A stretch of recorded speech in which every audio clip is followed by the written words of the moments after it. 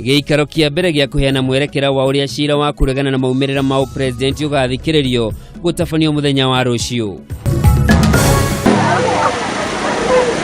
Arutwo a kĩrathi gĩa form 4 cukuru-inĩ wa secondary wa Kenyatta mwena wa Thika kũhũthĩra ngari cia thirikari gũkinya cukuru-inĩ kumana na mũiyũro wa maĩ. I, Edward Mutahi Kahiga, do swear that I shall always truly and diligently serve the people and the Republic of Kenya.